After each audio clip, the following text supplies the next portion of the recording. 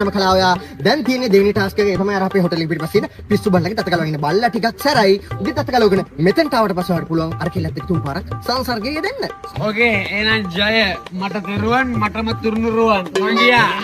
යමයි නතරේ දිකයි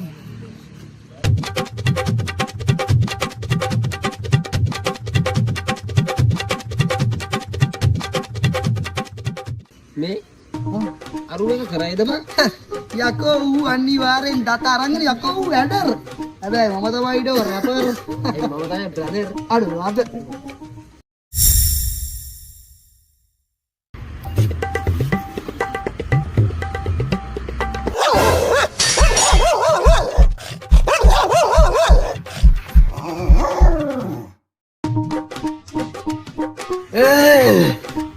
අඩු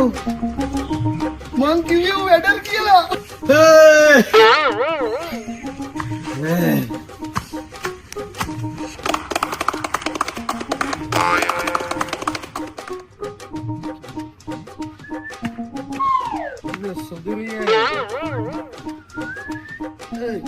තමයිඩෝ වැඩර් අන්තිම පෑ ගාලා වරේ දැන් ඔයාගේ වාරේ පැටියෝ හදිස්සි වෙන්න එපා ඊට කලින් දත දෙනවකෝ හරි අයියෝයි දත දෙන්නම්